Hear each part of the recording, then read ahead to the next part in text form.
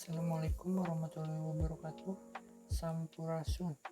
Perkenalkan, nama saya Arade Anugrah dari Fakultas Ilmu Sosial Ilmu Politik, jurusan Administrasi Publik, FISIP Unpas.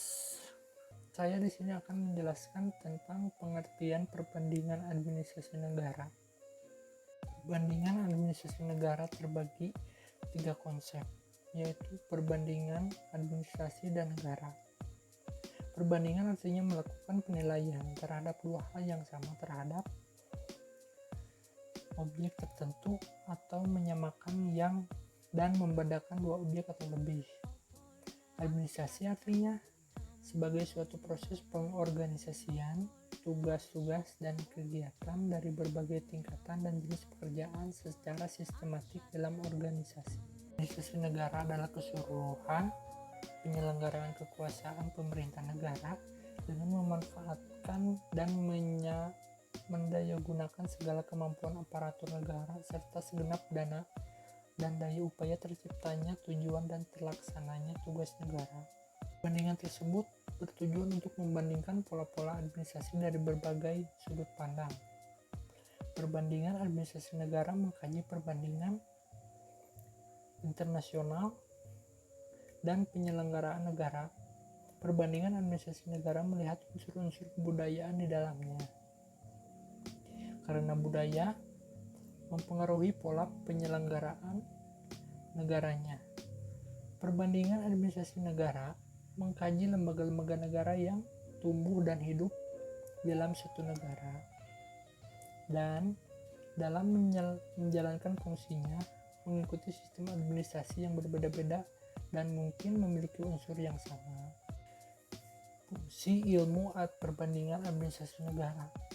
Fungsi perbandingan administrasi akan mendorong ke arah perbaikan dengan berdasarkan hasil analisa dan studi perbandingan. Dengan kombinasi akan memberikan manfaat yang besar untuk diterapkan pada proses penyelenggaraan negara atau pemerintah yang modern.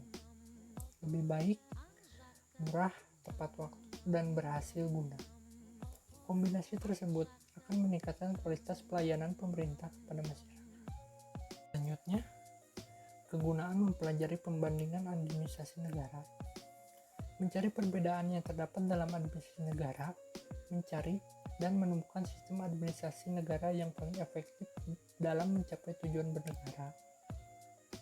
Mencari dan menemukan sistem yang paling tepat untuk digunakan dalam menjalankan kebijaksanaan negara, memperoleh gambaran yang menyeluruh tentang kebaikan dan kebutuhan administrasi negara.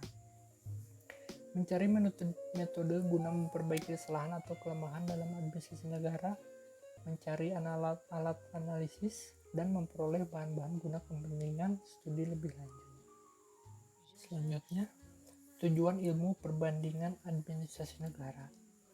Menurut Darmadi 1985, tujuan utama ilmu perbandingan administrasi negara adalah mengambil manfaat dari sistem yang dimiliki oleh negara lain, kemudian mengkombinasikan dengan sistem yang kita miliki dan menerapkannya dalam kehidupan bernegara.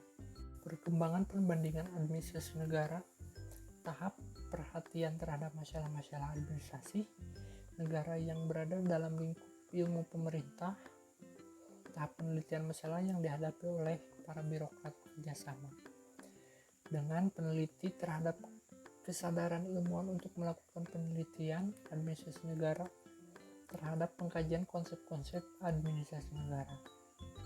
Tahap perumusan administrasi negara, tahap eksperimen ke dalam kehidupan empiris pemerintah dari negara.